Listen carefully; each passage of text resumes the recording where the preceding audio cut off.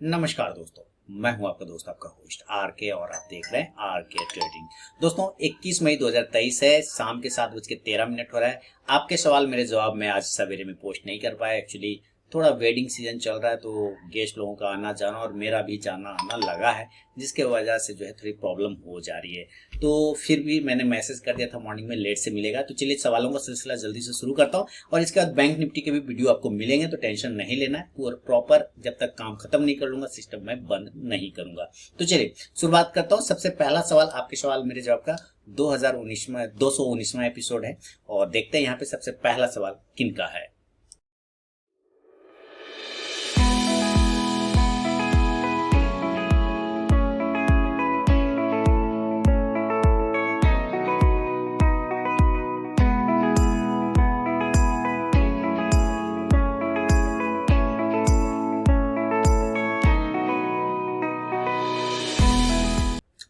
सबसे पहला सवाल जो है संदीप जी ने इंदौर से भेजा है। देखिए इनका सवाल है कि सर मेरे पास टाटा केमिकल का 980 का कॉल है, 5 रुपये 45 पैसे पे लिया है मई मंथ का।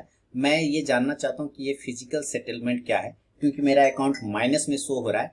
इन्वेस्टमेंट अमाउंट 2725 रुपए का है, 15,000 का ओपनिंग बैलेंस था, फिर नहीं माइनस में सो रहा है, फिर भी माइनस में सो रहा है, ऐसा क्यों? देखिए फिजिकल सेटलमेंट बहुत ही बड़ा टॉपिक आपने छेड़ा है संदीप जी। देखिए आपको यहाँ पे मैं समझाने की कोशिश करता हूँ, पूरा का पूरा ऑप्शन का है, डीप है, इसको थोड़ा समझेंगे। हो सकता है थोड़ा दिमाग के ऊपर से चला जाए, तो 2-3 बार रिपीट करके सुनिएगा। और ये सारे लोगों के लिए कि क्या है फिजिकल सेटलमेंट।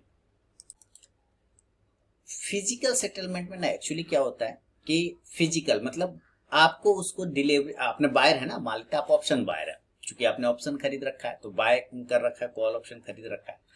अब कॉल ऑप्शन चूंकि प्रीमियम देके आप सिर्फ पे कर रहे हैं, तो होता क्या है कि आपने जो खरीदा है किसी ने बेचा है, तभी तो आपने खरीदा है, लेकिन प्रीमियम चूंकि देना पड़ रहा है, सिर्फ आपको पूरा कॉस्ट नहीं देना पड़ा है। यहाँ ऑप्शन बाइंग में क्या हो जाता है, जो भी फिजिकल सेटलमेंट का वैल्यू कंसीडर किया जाता है वो स्ट्राइक प्राइस पे कंसीडर किया जाता है। जैसे एक एग्जांपल की मैं बात करता हूँ, वो स्ट्राइक प्राइस पे, तो एक जैसे कि रिलायंस का मान लेते हैं कि कोई एक शेयर है और उसका जो है वो 2400 पे वो क्लोज हो रहा है, एक्सपायरी के दिन वो 2400 पे क्लोज हो रहा है, और किसी ने 2300 रुपए का रिलायंस का कॉल ऑप्शन ले रखा है, जिसका वैल्यू 100 रुपए का है, जिसका वैल्यू फाइनली 100 रुपए का। एक एग्जांपल ले लेते हैं।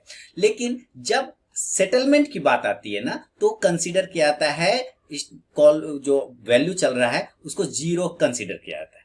ठीक है, इसका गणित भाग होता है, बड़ा विस्तृत होता है, आपको फिर कभी समझाऊंगा। उसको जीरो कंसीडर किया जाता है। लेकिन अब आप ये समझिए कि रिलायंस का क्योंकि आपने खरीदा है, तो आपने जो खरीदा है, तो जो सेलर है वो आपको देगा, आपका डिलीवरी आपको देगा, उसको देना पड़ेगा, क्योंकि रिलायंस का 2300 रुपए पर वो आपने, आपका जो कॉल ऑप्शन का प्राइस है वो 2300 रुपए का, तो 2300 गुना 250 रुपए, 250 क्वांटिटी का लॉट होता है रिलायंस का, तो आपको लगभग 5,75,000 के आसपास में वो आपको आपको वो आप उसको देंगे पैसा, 5,75,000 रुपए आप उसको देंगे। और किसी ने बेचा है तो उसको 250 गुना 2300 रुपए के हिसाब से 5,75,000 रुपया मिल जाएगा। लेकिन इतना तो अमाउंट में रहता नहीं, अकाउंट में इतना पैसा तो है नहीं, क्योंकि आपने तो सिर्फ प्रीमियम दिया है। इस वजह से क्या होता है कि कभी भी आप देखेंगे कि 2 दिन पहले बाइंग के जो एक्सपायरी का जो डेट है उसके 2 दिन पहले वो आपको करेंट एक्सपायरी का और इन द मनी का, ठीक है, वो आपको लेने ही नहीं देगा। आपको आपका ब्रोकर कह देगा नहीं भैया ये अवेलेबल ही नहीं, इरर है, क्योंकि उसको पता है कि अकाउंट में इतने पैसे हैं नहीं, ये ले लेगा, हमको फिजिकल सेटलमेंट के लिए इसके पैसे कहां से आएंगे, इसलिए वो ब्लॉक करता है। तो उसके पहले ही वो क्या करता है, वो सौदा जीरो करके आपका फिजिकल सेटलमेंट में ले जाके काट देता है। अब ब्रोकर को ऑलरेडी पावर होता है इस बात का, तो आपके अकाउंट में वो पैसे नहीं देख रहा है कि 5,75,000 तो इसको है ही नहीं, और एक्चुअली उतने लोग रखेंगे भी नहीं जो बाइंग है, बायर करके बैठे हुए। तो वो क्या करता है, आपका ब्रोकर आपका ब्लॉक कर देगा, नहीं ट्रेड करने देगा, और आपका ऑर्डर को वो काट देगा सेटलमेंट माने एक्सपायरी के पहले, क्योंकि उसको पता है हाँ अगर वो 6 लाख अपने अकाउंट में रखे, अगर आपने 6 लाख रुपए रखे हैं ना, तो वो क्या करेगा, आपको एक्सपायरी के दिन में ये शेयर आपके अकाउंट में 250 शेयर दिखने लग जाएगा, फिजिकल सेटलमेंट हो जाएगा। लेकिन चूंकि आपने तो सिर्फ प्रीमियम दे रखा है ना, वो प्रीमियम के वजह से क्या करेगा, आपका सौदा वो कट करेगा, और वो सारे जो सेटलमेंट वाला है वो प्रोसेस को ब्लॉक कर देगा। वो सीधे बोल देगा कि इसके पास तो पैसा ही नहीं है, कहां से आपको डिलीवरी लेगा, आपसे डिलीवरी ले ही नहीं सकता, इसलिए इसका मुझे पावर यूज करते हुए इसका सौदा काटना पड़ रहा है, आपको काट देगा वो।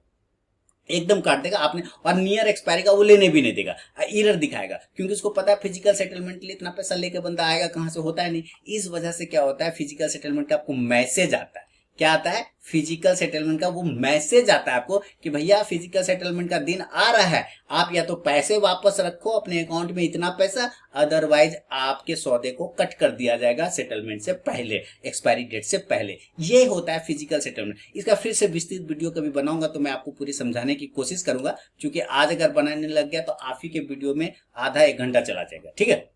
और ऑलरेडी मैं थोड़ा लेट हो चुका, लेकिन फिर भी आप समझ गए, क्योंकि आपको पैसे आपने सिर्फ प्रीमियम पे किया है और एक्सपायरी का वैल्यू कर देगा वो 0, तो आपको वो शेयर लेना पड़ जाएगा मालिक। जब वो शेयर आपको लेना पड़ जाएगा तो 5-6 लाख रुपए देंगे कैसे उसको। इसके वजह से वो क्या करता है, वो आपको फिजिकल सेटलमेंट का एक मैसेज आता है कि भाई पैसे रखो, अदरवाइज आपके अकाउंट से पैसे खत्म हो जाएंगे, जो भी पैसे हैं। लेकिन चूंकि आपने उतना पैसा रखा नहीं, तो वो जो जैसे आप कह रहे हैं कि 15,000 शो हो रहा था, अब नहीं है, तो 5,75,000, एक एग्जाम्पल दे रहा हूँ रिलायंस का, 5,75,000 में वो 15,000 खा गया, वो ले लिया, लेकिन चूंकि उसको पैसा पूरे का नहीं, वो पैसा वापस आएगा, वो उसमें कहीं टेंशन नहीं है। आप जैसे ऑर्डर कट करेंगे वो सारे पैसे घूम फिर के वापस आ जाएगा, या फिर वो खुद काट देगा, उसमें कोई टेंशन नहीं। प्रीमियम जो गया है वो एक्सपायरी में प्रीमियम 0 कर देगा। फिजिकल सेटलमेंट के लिए आपके पास अकाउंट में पैसा नहीं, लेकिन जैसे 6 लाख रुपए रख देंगे, एक रिलायंस का एग्जांपल समझा, तो वो आपको शेयर 250 क्वांटिटी का शेयर आपके उसमें डाल देगा कि भैया आपने लिया था, आपको फिजिकल सेटलमेंट के लिए आपको लेना पड़ेगा डिलीवरी, क्योंकि आप बायर हैं, वो भी आपने ऑप्शन बाइंग किया, वो भी कॉल बाय किया, आपको लेना पड़ेगा।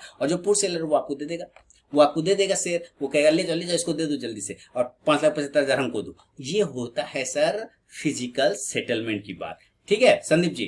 तो ये संदीप जी के सवाल पे था मेरा जवाब, और संदीप जी के बाद आगे बढ़ता हूं। और इनके बाद जो है घनप्रीत सिंह साहब ने भेजा है सवाल, इनका है good evening sir, hope you are doing well and good health by the grace of God. Thank you sir. और as discussed with you and my last message regarding my uncle who recommended me a stock through a broker which is giving good profit. Now I contacted his son, but again he refused to take his father's. I tried to find out his demat account number but couldn't find it. Please tell me sir क्या करूं। Some time I think उतने amount का demand draft बनाकर courier करवा दूं या किसी के हाथ कैश भिजवा दूं, बट देन सोचता हूं वो कहीं बुरा ना मान जाए, because the amount is in lakhs. अब आप ही मार्गदर्शन कीजिए गुरुजी की क्या किया जाए, इस धर्म संकट से आप ही बाहर निकालें, क्योंकि उनका शेयर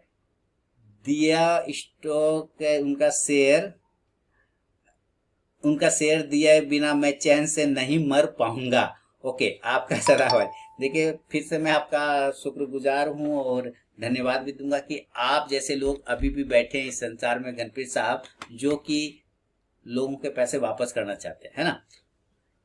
अब देखिए वो नहीं ले रहा, वो बंदा वो शेयर नहीं ले रहा है। अब मैंने आपको 2-3 रास्ते बताए थे, अगर कोई उनका लोन है तो उनको वो चुका दीजिए, उनके बैंक में जाके आप चुका दीजिए। अगर उनका यूपीआई पेमेंट है, यूपीआई नंबर सेम नंबर से, तो आप उसको डायरेक्ट ट्रांसफर कर दीजिए, ये भी कर सकते हैं आप। तीसरा ये बताया था कि अगर उनका डीमेट नंबर मिलता है तो आप उसमें शेयर में ट्रांसफर कर दीजिए। तो खैर ये सारी चीजें वो नहीं।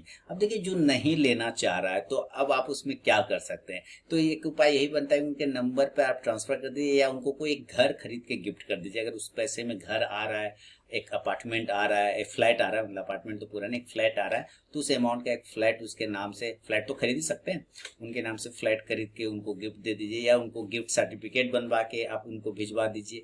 वो सारे चीज आप कर सकते हैं, इसमें कहीं कोई दिक्कत नहीं। देखिए आज, और आप उनको एक बार समझाइए जरूर कि भाई ये आज न कल ये जो है तुम्हारे काम ही आने वाला है। एक बार आप उनको पर्सनली समझाइए कि आज न कल ये चीजें आती हुई लक्ष्मी को ठुकराना नहीं चाहिए, आज न कल ये तुम्हें काम है। अगर तुम्हें काम नहीं आता है तो तुम फिर वापस मेरे बेटे को कर देना, लेकिन अभी फिलहाल तुम ये रख लो, क्योंकि मुझे काफी अच्छा लगा। आप मानवता के हिसाब से समझाइए, बाकी अब उनकी मर्जी सर, वो अगर नहीं लेना चाहे तो नहीं लेना चाहे, तो फिर क्या किया जा सकता है। ठीक है घनप्रीत साहब, ठीक है, एक बार समझाने की कोशिश जरूर करिए।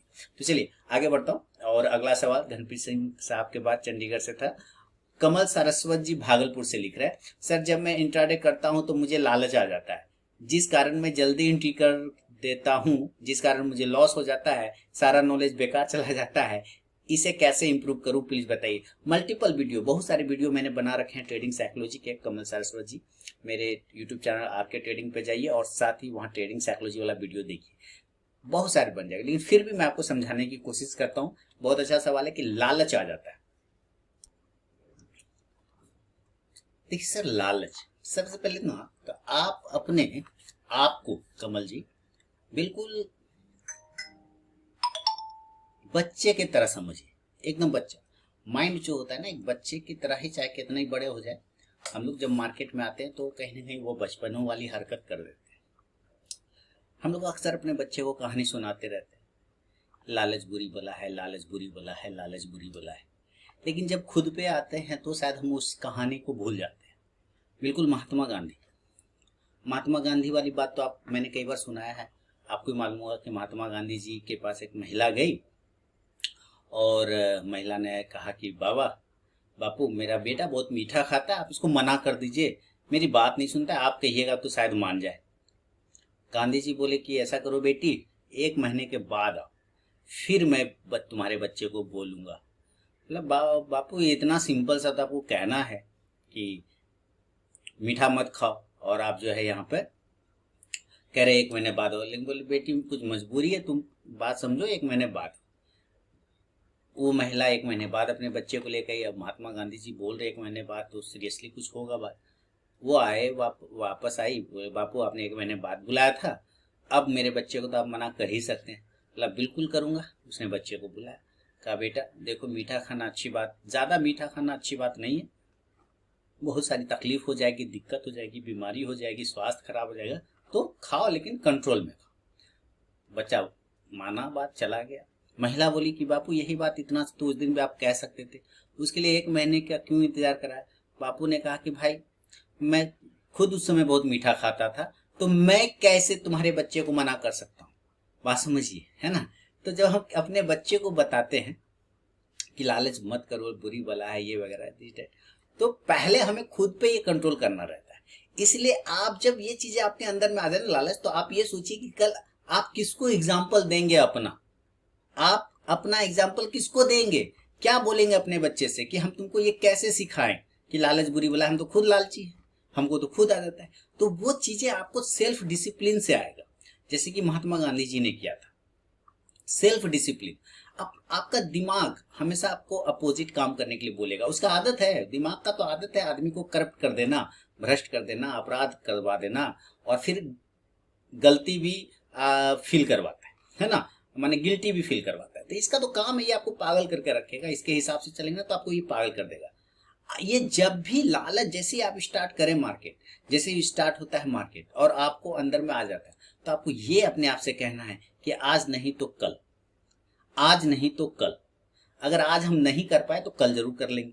आज अगर मौका छूट गया तो कल मिल जाएगा, क्योंकि मार्केट रोज खुलता है। ये ऐसा मंदिर है जहां रोज घंटा बजता है, यहाँ रोज खुलता है और रोज यहाँ लोग आते हैं, सिर्फ आज ही बंद नहीं हो जाएगा। इस चीज को आपको सिस्टम ओपन करना है, और 1 सप्ताह आपको ये काम प्रैक्टिस करना है कि सिस्टम ओपन करना है, चार्ट लगाना है, पर ट्रेड नहीं करना है। अपने आप को मार्केट आपको दिखाएगा, बुलाएगा कि आओ, बहुत अच्छा अपॉर्चुनिटी है, बहुत अच्छा अपॉर्चुनिटी है, आपको नहीं करना है। एक दिन में दिक्कत होगा, नहीं हो पाएगा, दूसरा दिन भी करेंगे, नहीं हो पाएगा, लेकिन एक दिन ऐसा आएगा जब सिस्टम खुला रहेगा पर आप ट्रेड नहीं डालेंगे, क्योंकि तब आपको अपने ऊपर कंट्रोल हो चुका है। याद रखिए, आप ट्रेडर तब नहीं कहलाते जब मार्केट आपसे ट्रेड करवा लेता है। आप रियल ट्रेडर तब होते हैं जब आपका मन करे और तब आप ट्रेड करें, तो आप रियल ट्रेडर है। इस बात को हमेशा याद रखिए। तो अगर आप किसी के सामने एग्जाम्पल बनना चाहते हैं, आप अपने घर में एग्जाम्पल बनना चाहते हैं, अपने आप के बारे में कहीं डिस्क्राइब करना चाहते हैं, तो पहले उस तरह से खुद को अपने ऊपर इंप्लीमेंट करना पड़ेगा, उन चीजों को जो आप दूसरे को बताते हैं या अपने बच्चे को सिखाते हैं। तो जब बच्चे पे भी इम्पैक्ट तभी पड़ेगा जब आप रियल पे अपने ऊपर उस बात को इम्पैक्ट करवा पाते हैं, है ना। तो वरना नहीं होगा, कहेगा दो पापा तो खुद झूठ बोलता है, तो हमको कैसे बोलता है कि तुम झूठ मत बोलो, है ना। बात समझ रहे, पापा तो खुद लालची है, हमको कैसे बोलता है लालच मत करो। बात समझिए। तो इन चीजों को अपने ऊपर पहले करना कोशिश, और ये सेल्फ डिसिप्लिन, सेल्फ प्रैक्टिस से आएगा। और देखिए, कोई हाथ पकड़ के आपका नहीं करवाएगा, ये भी सत्य है ना। मैं आपके घर जाने वाला हूँ करवाने के लिए, ना कोई और, ये आपको खुद से करना होगा। है, इसके लिए थोड़ा योगासन वगैरह का अगर हेल्प, मेडिटेशन वगैरह का हेल्प चाहिए, वो जरूर आप करिए, वीडियो देखिए, मेडिटेशन वगैरह कोशिश करिए। और जब भी मार्केट ओपन हो, आप बोलिए कि मार्केट सिर्फ एक दिन नहीं खुलता है, मार्केट कल भी खुलेगा, कल भी खुला था, आज भी खुला और कल भी खुलेगा, इसलिए हम वेट करेंगे सही अपॉर्चुनिटी का, खुलते के साथ हम ट्रेड नहीं करेंगे। इस बात को आपको करना होगा प्रैक्टिस के साथ कमल जी, अदरवाइज फिर से वही चीजें आ जाएगी। ठीक है, तो इसको थोड़ा प्रैक्टिस से आप इंप्रूव कर सकते हैं। तो ये है कमल सारस्वत जी के सवाल पे मेरा अपना जवाब।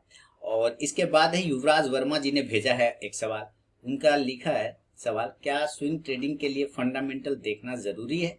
स्विंग ट्रेडिंग के लिए किस टाइप का स्टॉक सेलेक्ट करना चाहिए, 52 वीक हाई या 52 वीक लो? एक बात है से आपका यूट्यूब चैनल काफी अंडररेटेड है। आप जिस टाइप के कंटेंट देते हो आपके मिलियन में सब्सक्राइबर होना चाहिए था, तो आप शेयर करिए अपने लोगों को, है ना युवराज जी। मैं आपको कहूंगा अगर आपको ऐसा लगता है और बहुत सारे लोग कहते हैं, तो चूंकि मैं करोड़ों के प्रॉफिट नहीं दिखाता, मैं जैकपॉट वाली स्ट्रैटेजी वाला वर्ड यूज नहीं करता, जैकपॉट लोगों को यही सुनना रहता है, यही देखना रहता है कि जैकपॉट स्ट्रैटेजी, जैकपॉट स्ट्रैटेजी, तो शायद इस वजह से जो है मेरा चैनल अंडररेटेड होगा। दूसरा बात, अगर आपको ऐसा आप मानते हैं इस बात को, तो आप जितने लोगों से परिचित है कम से कम आप उनको फैलाइए, उनके बीच में मेरे चैनल के बारे में बताइए, फिर वो फैलाएंगे, है ना। तो आप अपनी तरफ से कोशिश करिए, बाकी धीरे धीरे ग्रो हो ही जाएगा, नो प्रॉब्लम सर। और मेरा काम है लोगों को एजुकेट करना, एक चाहे आ जाए चाहे 10 आ जाए, कोई फर्क मुझे नहीं पड़ता। और मैं हमेशा कहता हूँ जैकपॉट मार्केट में कुछ नहीं होता, जैकपॉट आपके अंदर है, वो आपको निकालना पड़ता है बाहर। कोई स्ट्रैटेजी जैकपॉट नहीं होती सर। किसी का लाखों का प्रॉफिट देख के आप लाखों का प्रॉफिट नहीं बना पाएंगे, लाखों का लॉस भले ही हो जाएगा। क्यों? क्योंकि उसका अलग मेथड है, उसका अलग स्किल है, उसके पास अलग मेहनत है, उतने सालों का हो सकता है ना। लेकिन अट्रैक्शन तो वही होता है, ये बात वो मानते हैं। आप भी लाखों वाला प्रॉफिट का वीडियो जरूर देखते होंगे, क्योंकि हमारा साइकोलॉजी, इसलिए तो वो हेडिंग में लिखता है 10 लाख का प्रॉफिट, 20 लाख का प्रॉफिट, 5 लाख का प्रॉफिट, इसलिए तो हेडिंग में लिखता है ताकि आप अट्रैक्ट हो जाए। बात समझे? मैं ये नहीं लिखता, ये आदत ही नहीं है मेरी, ये गंदी आदत ही नहीं है कि मेरा सिंपल हेडिंग रहता है और उसके अंदर पूरा नॉलेज भरा हुआ रहता है। तो मेरा ब्लैक एंड व्हाइट पिक्चर होता है, लेकिन उसके अंदर क्लासिक मूवी होती है, लोगों को मार धाड़ एक्शन रोमांच चाहिए, और ये चीजें होती नहीं युवराज जी। बात समझ रहे हैं? तो आप अपने तरफ से फैलाइए, मेरे चैनल को शेयर कीजिए अपने लोगों के बीच में, जहां तक आप कर सकते हैं कंट्रीब्यूट। अब बात है दूसरा चीज की, क्या स्विंग ट्रेडिंग के लिए फंडामेंटल देखना जरूरी है? देखिए, स्विंग ट्रेडिंग के लिए फंडामेंटल नहीं देखना पड़ता है, खासकर ज्यादातर स्विंग ट्रेडिंग के लिए फंडामेंटल नहीं देखना पड़ता है, चार्ट देखना पड़ता है। अब आपके दोनों सवाल के जवाब इसमें मिल जाएंगे कि क्या 52 वीक लो चुनना चाहिए या 52 वीक हाई चुनना चाहिए। सर 52 वीक लो भी चुन सकते हैं, 52 वीक हाई भी चुन सकते हैं, ब्रेकआउट भी चुन सकते हैं, बाउंस बैक भी चुन सकते हैं, रिट्रेसमेंट भी चुन सकते हैं, कंसोलिडेशन ब्रेकआउट भी चुन सकते हैं, NR7 भी चुन सकते हैं, NR4 भी चुन सकते हैं। ये सारे डिपेंड करते हैं आपके चार्ट पर, क्योंकि टाटा मोटर्स का जो ये शेयर आपके सामने दिख रहा है, ऐसा नहीं कि मैंने पहले से सेलेक्ट कर रखा आपको समझाने के लिए, ऑलरेडी खुला हुआ है सिस्टम पे मैं दिखा रहा हूं, ये ऑलरेडी स्विंग में आया हुआ है चार्ट के हिसाब से। बात समझ रहे? तो ये ना तो 52 वीक हाई है ना 52 वीक लो है, मूवमेंट में है स्टॉक्स, लेकिन कुछ ऐसे पैटर्न बनते हैं, कुछ ऐसे खास फंडामेंटल, कुछ ऐसी चीजें चार्ट पे दिखती है जिसके वजह से आता है कि हाँ ये स्टॉक्स में मूवमेंट आ सकता है, यहां से ब्रेकआउट या ब्रेकडाउन हो सकता है। ये सारी चीजें आपके स्टडी पे, इसलिए आप कभी इस चक्कर में मत पड़िएगा कि सिर्फ 52 वीक ढूंढ लेंगे तो काम हो जाएगा, सिर्फ 52 वीक लो ढूंढ लेंगे तो काम हो जाएगा। नहीं, मैंने क्या बोला, इन दोनों के अलावा आपको bounce back, retracement, trend line support, trend line resistance, trend line breakout, trend line consolidation, range consolidation, range breakout, NR7, NR4, बहुत सारी चीजों को भी देखना पड़ता है, कैंडल वगैरह सब कुछ। तो किसी एक चीज को आप पकड़ के सिर्फ चलेंगे तो शायद वो काम कभी कर जाए, बार बार नहीं करेगा, क्योंकि आपकी स्टडी फिर वहां पे अधूरी रह जाएगी, एक ही चीज पे नहीं कर ये हो पाएगा, एक चीज को ही पकड़ के बैठे रहेंगे तो अधूरी रह जाएगी बहुत सारी चीजें। जैसे टाटा मोटर्स में आप मेरा स्विंग कॉल देखेंगे तो मैंने बहुत नीचे से स्विंग कॉल दिया था, ऊपर से फिर मैंने सेल कॉल भी दिया था स्विंग सपोर्ट ग्रुप में, वहां लोगों ने प्रॉफिट भी बुक कर लिया। तो बहुत सारी चीजें होती है युवराज जी, जो आपको चार्ट के हिसाब से समझना देखना पड़ता है। ये सारी चीजें मैं वीडियो में शेयर भी करता हूँ, स्विंग कॉल वाले जो मैं वीडियो बना के देता हूँ चार्ट एनालिसिस के हिसाब से, आपने उसमें देखा होगा मैं एक एक चीज को डिस्कस करता हूं। तो ये सारी चीजों को चार्ट के हिसाब से भी आप देख सकते हैं, कैंडल के हिसाब से देख सकते हैं, प्राइस के हिसाब से देख सकते हैं, सपोर्ट रेजिस्टेंस भी देख सकते हैं, 52 वीक लो और हाई के हिसाब से भी देख सकते हैं। और फंडामेंटल स्विंग के लिए ज्यादातर देखने की जरूरत नहीं होती, स्विंग के लिए चार्ट और मूवमेंट देखने की जरूरत होती है। और बाकी रहा मेरा चैनल अंडररेटेड है, तो आप जो है उसको अपग्रेड में करवाइए, अपने तरफ से शेयर करिए, लोगों को बताइए, जहां तक हो सकता है कंट्रीब्यूट करिए। क्योंकि मैं जैकपॉट जैसा वर्ड यूज करता नहीं, ये मेरा शुरू का रूल है, शुरू का फंडा है, और आज तक मैं फॉलो कर रहा हूँ। बहुत सारे लोग मुझे बोलते हैं सर आप भी हेडिंग में लिखिए जैकपॉट, नो लॉस, फलाना, मुझसे नहीं हो पाता भैया। चलिए, बहुत बहुत धन्यवाद युवराज जी। और आगे बढ़े। अविनाश वसंत कठाले जी लिख रहे हैं मालसीरे सोलापुर महाराष्ट्र से, please tell me about breakout probability एक्सप्रो, how to take trade for intraday and short term. ये एक्सप्रो क्या है सर? What is, no I don't know about Xpro.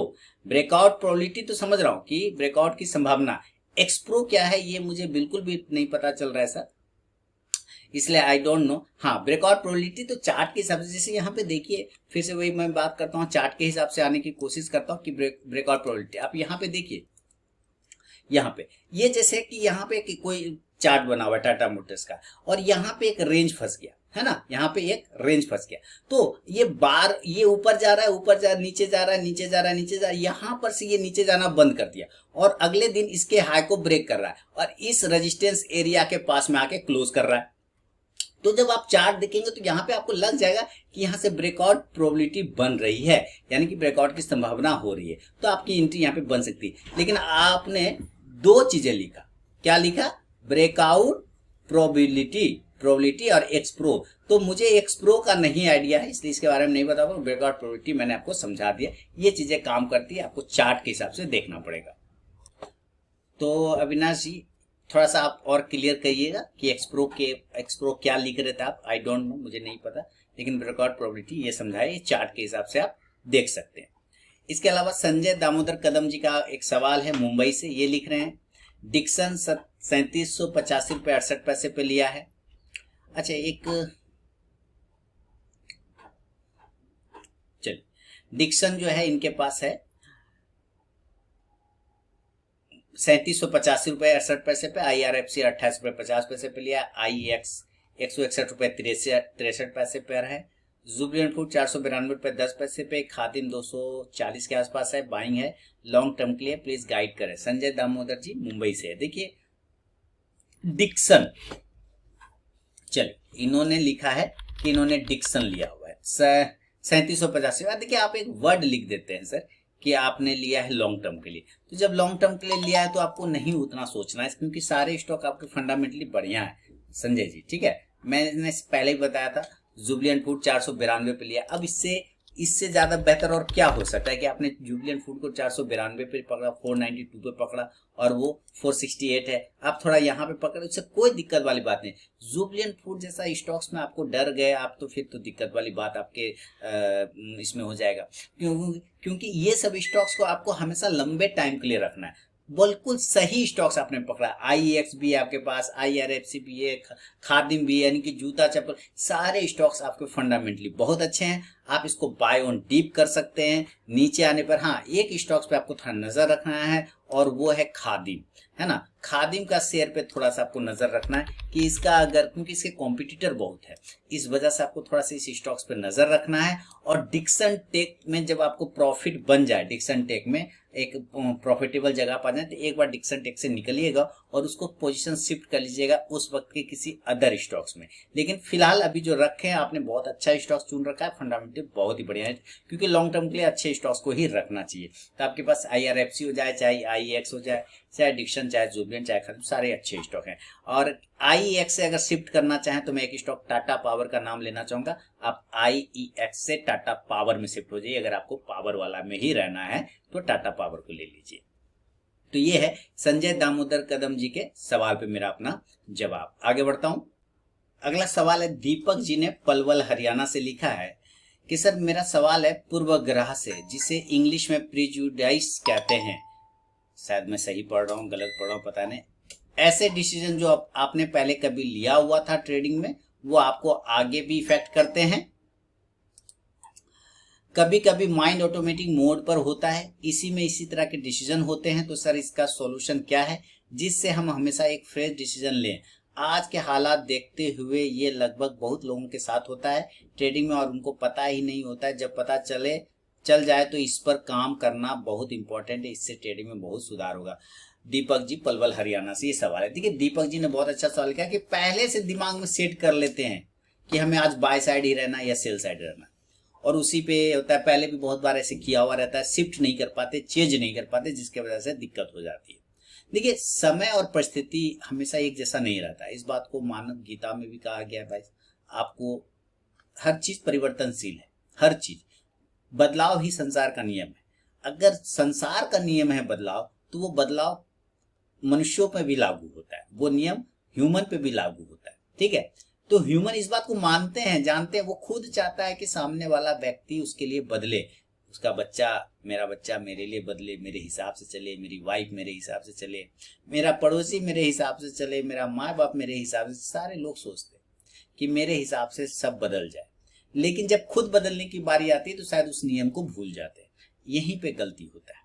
देखिए जो फ्लेक्सिबल है, जैसे दांत है 32 और जीभ 1 है, लेकिन आप दांत और जीभ में समझिए कि दांत लाइफ रहते हुए खत्म हो जाती है, टूट जाती है। लोगों के 32 के 32 दांत टूट जाते हैं, लेकिन जीभ नहीं टूटता। जीभ सदैव मरने तक साथ रहता है, जब तक कि उसको जला नहीं दिया जाए व्यक्ति को, तब तक भी वो साथ रहता है जीभ हमेशा। क्यों? क्योंकि एक है फिर भी, और यहाँ 32 दांत है फिर भी सब टूट जाता है, मरने से पहले ही आदमी का सारा दांत खत्म हो जाता है। क्योंकि जीभ को बदलना आता है, जीभ फ्लेक्सिबल है, वो अपने आप को फ्लेक्सिबिलिटी के हिसाब से चेंज कर लेता है अंदर में, कभी छोटा हो जाता है, कभी बड़ा हो जाता है, कभी पूरा बाहर निकलता है, कभी अंदर निकलता है। दांत नहीं बदल पाता है, फ्लेक्सिबल नहीं हो पाता, जिसकी वजह से अकड़ू स्वभाव के वजह से वो टूट जाता है, वो खत्म हो जाता है। लेकिन जीभ अपनी फ्लेक्सिबिलिटी के वजह से जिंदा रहता है। तो एक ट्रेडर का दिमाग जो है ना, जीभ के तरह से होना चाहिए, फ्लेक्सिबल होना चाहिए। अगर वो पहले से डिसाइड कर रखेगा और वो समय के साथ नहीं बदलेगा तो उसको दिक्कत हो जाएगी। वो पहले सोच लेगा मुझे कल बाय साइड ही रहना है, कल मुझे सिर्फ सेल साइड ही रहना है, और यहाँ मार्केट अपोजिट साइड है और वो उसी तरफ में ट्रेड करता रहेगा, अपोजिट साइड में, है ना, मार्केट के अपोजिट साइड में अपने डिसीजन की वजह से, तो उसको लॉस हो। तो ये प्रॉब्लम होती है जहां पर हम लोग मार खा जाते हैं, फ्लेक्सिबल नहीं हो पाते।